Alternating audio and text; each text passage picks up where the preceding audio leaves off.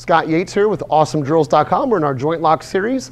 And this is the Z-Lock set that we're working on. You'll see a couple other videos with this as well. Please refer to the basic Z-Lock video for some of the fundamentals of this move. So we're in a mid-sleeve scenario grab. So this could be grappling. It could be he grabs my lapel and he has me here. We're in one of these grappling modes here. It could be from a turn-away situation. He grabs my sleeve as I'm going here. I always want to be conscious of the other hand. So again, please play around with your scenario entry and experiment with it. Have fun with it. Mess up with it. Okay? One of the things you remember is that this stuff is not perfect.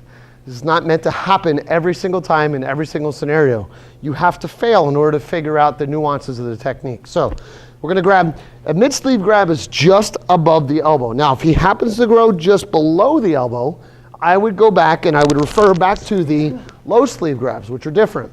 We're going to go up to the mid-sleeve. All right, now, two things I want to have happen really quick is I want to trap and I want to lock. I'm going to slow those down. Let's turn around so they can see from this side. All right, so I'm going to trap and lock. If this hand loosens up, what happens is I lose the joint lock. So it's very important I trap and lock. Now, a lot of people say, well, what about his other hand? Well, here's the thing. Ready? When I say go, Andrew, punch. Punch. Okay. The fact is we're not doing it slow. At first, when you're practicing, you will think of all these other variables that may happen. And you know what? He may punch me. Well, I'm going to be deflating his punch as it's coming in, and he's going to be increasing his pain level as I follow through with my move. So again, be ready for those variables, but stay focused on your move, okay? So from here, I'm going to cover, trap, and step to the center line. Now I want you to picture that you are doing maybe like a downward elbow break down through the center. It's if you had a pile of wood and you're doing an over-the-top downward elbow break. So grab here, you'll see that happen now. So I'm going to lock, trap, step, watch the elbow movement. And then I drop it straight down the center. From here, we have a lot of follow-ups that we can do. So one more time in smooth fashion.